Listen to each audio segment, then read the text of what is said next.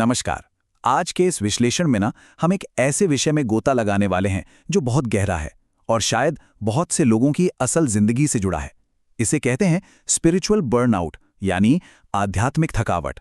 हम दो अलग अलग डिजिटल मिनिस्ट्रीज के कंटेंट को बारीकी से देखने वाले हैं, बिल्कुल न्यूट्रल तरीके से, बिना किसी पक्षपात के। हमारा मकसद बस ये समझना है कि आखिर ये सोर्स इस थकान को, इस आंतरिक संघर्ष को कैसे डिकोड करते हैं।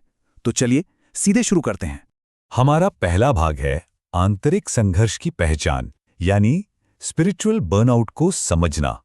देखिए, हमारा जो पहला सोर्स है जीसस वॉइस मैसेज शॉर्ट्स, वो एक बहुत ही गहरे इमोशनल डिस्कनेक्ट की बात करता है।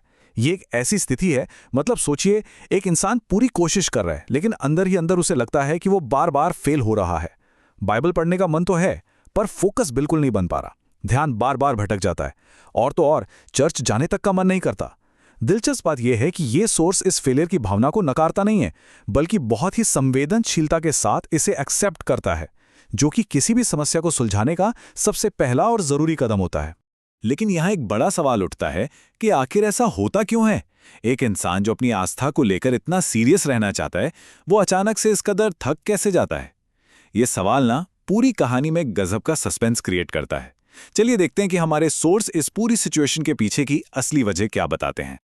और यहीं से हम आते हैं दूसरे भाग पर, मसीही जीवन की वास्तविकता। अब जरा हमारे दूसरे सोर्स पर नजर डालते हैं, जो कि अपोस्टल अंकित सजवाण का एक उपदेश है। आमतौर पर लोगों को लगता है कि अगर एक बार आध्यात्मिक रास्ते पर चल पड़े तो बस सारी परेशानियां जादुई तरीके से खत्म हो जाएंगी, एकदम केक वॉक की तरह। लेकिन ये सोर्स इस बात को सिरे से खारिज कर देता है। ये बताता है कि असलियत बिल्कुल उल्टी है। बाइबल के हिसाब से जो लोग सही रास्ते पर चलते हैं, उनकी जिंदगी में मुश्किलें और परीक्षाएं और भी ज्यादा आती हैं। सच कहूं तो ये एक बहुत बड़ा रियलिटी चेक है। इस उपदेश में एक बहुत ही कमाल की बात कही गई है। इसमें मखमल के कपड़े का एक उदाहरण दिया गया है, जो बहुत पावरफुल है। मखमल मतलब एक तरह का ऐशो आराम, लग्जरी, है ना? अक्सर लोग आस्था को इसी आराम से जोड़ लेते हैं, पर यह सोर्स साफ करता है कि मसीह में चलना कोई मखमल के बिस्तर पर चलना नहीं है। मुश्किलें कोई गलती से नहीं आ रही हैं, वो तो इस सफर का एक नॉर्मल हिस्सा है। अब बढ़ते हैं तीसरे हिस्से की तरफ, परीक्षा से गवाही तक का सफर। तो अगर ये मुश्किलें आना तय हैं, तो इनका फायदा क्या है? यहीं पर दोनों सोर्स एक बहुत ही दिलचस्प कॉन्सेप्ट लाते हैं, डिवाइन रिवर्सल, यानी ईश्वरीय बदलाव। अपोस्टल अंकित सजवाण का ये रूपक देखिए। वो कहते हैं कि शैतान जो तीर चलाता है, ईश्वर उन्हें ट्रॉफी में बदल देता है। मतलब आध्यात्मिक हमले या जिंदगी के जो भी संघर्ष हैं, वो सिर्फ इंसान को गिराने के लिए नहीं है। ऊपर वाला बीच में आकर उन हमलों को जीत के निशानों में, ट्रॉफियों में बदल देता है। इस बात को बहुत ही सिंपल गणित की तरह समझाया गया है। जितनी परीक्षाएं उतनी ही गवाहियां। इस सोर्स का सीधा सीधा दावा है कि अगर संघर्ष बढ़ रहे हैं तो इसका मतलब है कि ईश्वरीय चमत्कार भी उतने ही बड़े होने वाले हैं। दूसरे शब्दों में कहें तो टेस्ट जितना मुश्किल होगा, टेस्टिमनी या कहानी उतनी ही बड़ी बनेगी। ये नजरिया इंसान के संघर्ष को ही उसकी कामयाबी का बैरोमीटर बना देता है। और इसी के साथ हम आते हैं चौथे और आखिरी भाग पर, ईश्वरीय सहायता का वादा। चलिए अब वापस पहले सोर्स की तरफ मुड़ते हैं।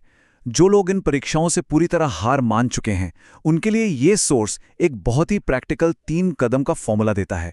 पहला, मांगना, मतलब ये मानना कि हाँ, मदद की जरूरत है। दूसरा, ढूंढना, जो दिखाता है कि इंसान का दिल अभी भी उस ईश्वरीय शक्ति को तलाश रहा है। और तीसरा, जो सबसे अहम है, बस एक कदम आगे बढ़ाना। ये तरीका इतना सीधा और आसान है कि कोई भी थका हारा इंसान इसे बिना किसी झिझक के अपना सकता है। यहाँ एक बहुत ही दिलचस्प रेशियो यानी अनुपात बताया गया है। अगर इंसान अपनी तरफ से सिर्फ 1 कदम बढ़ाता है तो ईश्वर उसकी तरफ 100 कदम बढ़ाता है। जरा सोचिए इसके बारे में।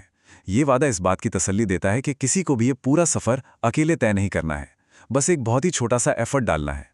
मनोवैज्ञानिक तौर पे देखा जाए तो उन लोगों के लिए ये एक बहुत बड़ा सहारा है जिन्हें लगता है कि उनकी सारी हिम्मत अब जवाब दे चुकी है। ये सोर्स मन के अंदर चल रही जंग को देखने का नजरिया ही बदल देता है। ये एहसास दिलाता है कि बार बार गिरना हार नहीं है, इसका मतलब है कि लड़ाई अभी जारी है। संघर्ष करना हारने की निशानी नहीं है, बल्कि ये इस बात का पक्का सबूत है कि इंसान अभी भी मैदान में डटा हुआ है। ये सोच गिल्ट से बाहर निकालती है और एक सच्चे योद्धा वाली मानसिकता देती है। अब यहाँ डिजिटल दुनिया का कमाल देखिए। वीडियो के एकदम आखिर में देखने वालों को कमेंट सेक्शन में एक लाइन लिखने को कहा जाता है, प्रभु मेरा मन बदल दो। ये डिजिटल मिनिस्ट्री क्या कर रही है? वो इस ऑनलाइन एंगेजमेंट का इस्तेमाल आध्यात्मिक कनेक्शन को मजबूत करने के लिए कर रही है। मतलब स्क्रीन पर टाइप करने का वो छोटा सा काम असल जिंदगी के उस एक कदम का डिजिटल वर्जन बन जाता है ना कमाल का तरीका?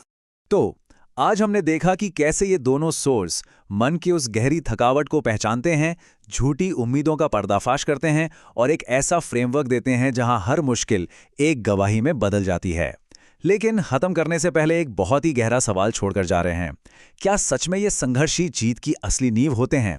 क्योंकि इन सोर्सेस के हिसाब से तो बिना लड़े, बिना मुश्किलों का सामना किए वो जीत, वो गवाही या वो ट्रॉफी मिलना नामुमकिन है। इस सवाल पर जरूर सोचिएगा। आज के इस विश्लेषण में हमारे साथ जुड़ने के लिए बहुत बहुत शुक्रिया। मिलते हैं अगले विश्लेषण में।